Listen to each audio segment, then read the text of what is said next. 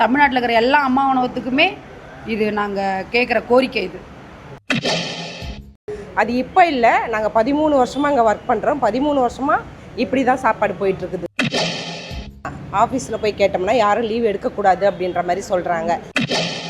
முதல்ல எங்கள் கோரிக்கையை வந்து சிஎம் கிட்ட கொண்டு போனாங்கன்னா, முயற்சி பண்ணி எங்களுக்கு உதவி பண்ணலைன்னா அடுத்து நாங்களும் வந்து இந்த மாதிரி செய்ய வாய்ப்புகள் இருக்குது.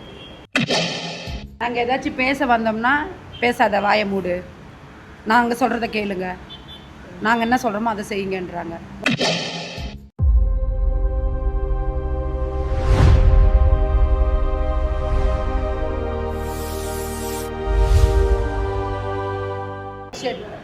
அப்போ அம்மா ஹோட்டலில் எத்தனை பேர் வந்து சாப்பிட்றாங்க? அம்மா ஹோட்டலில் வந்து ஒரு நல்ல ப்ராஃபிட்டில் போயிட்டுருக்கா?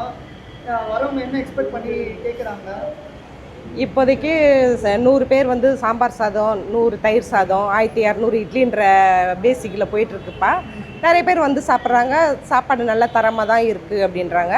அது இப்போ இல்லை, நாங்கள் 13 வருஷமாக அங்கே ஒர்க் பண்ணுறோம். 13 வருஷமாக இப்படி தான் சாப்பாடு போயிட்டுருக்குது.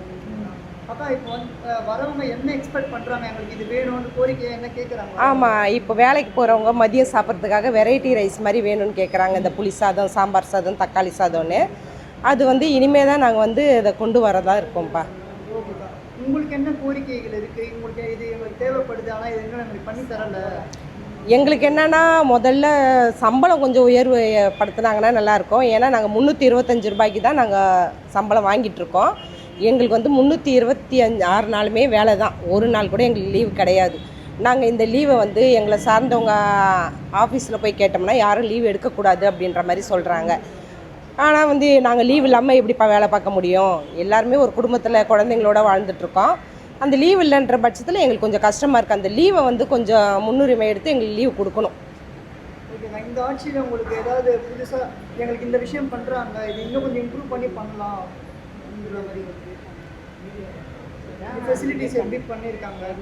அதெல்லாம் எதுவும் இல்லைப்பா, எப்போ தான் நடக்கிற மாதிரியே நடக்குது, எப்போதான் இருக்கிற மாதிரி தான் இருக்குது. பொங்கல் தீபாவளி கூட எங்களுக்கு லீவு கிடையாது. எல்லா நாளுமே நாங்கள் வேலைக்கு தான் வரும்.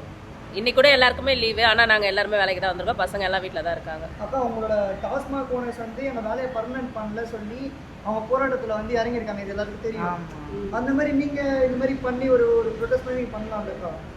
முதல்ல எங்கள் கோரிக்கையை வந்து சிஎம் கிட்ட கொண்டு போனாங்கன்னா, அவங்க இதுக்கு முயற்சி பண்ணி எங்களுக்கு உதவி பண்ணலைன்னா அடுத்து நாங்களும் வந்து இந்த மாதிரி செய்ய வாய்ப்புகள் இருக்குது. சிஎம் வந்து எங்களுக்கு செய்வார்னு நாங்கள் எதிர்பார்த்துட்ருக்கோம்.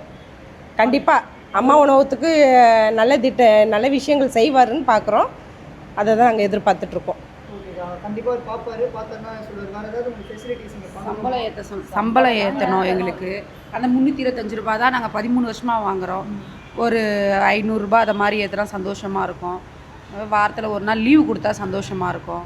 அந்த மாதிரி சில விஷயங்கள் வந்து அம்மா உணவகத்தில் வந்து சமையல் வேலை பார்க்குறாங்கன்றதுனால கொஞ்சம் வந்து அரசாங்க ஊழியர்கள் எங்களை சார்ந்தவங்க வந்து வேலை பார்க்குறவங்கள ஒரு அவமரியாதையாக பேசுகிறாங்க. அதெல்லாம் வந்து பேசக்கூடாதுப்பா.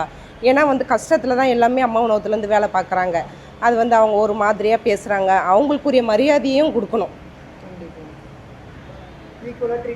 ஆமாம், கண்டிப்பாக.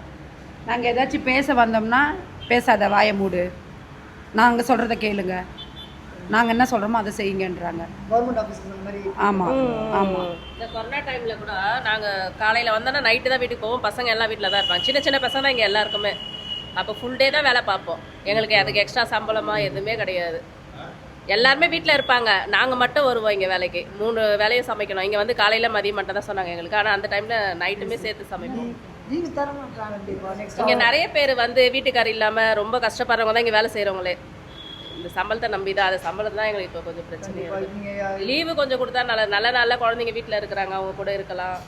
இத்தனை பேருக்காக நீங்கள் உழைக்கிறீங்க, கண்டிப்பாக ஒரு பார்த்தோன்னா உங்களுக்கு இன்னைக்கு நேரத்தில் இல்லைப்பா, 13 வருஷமாக செய்கிறோம் நாங்கள்.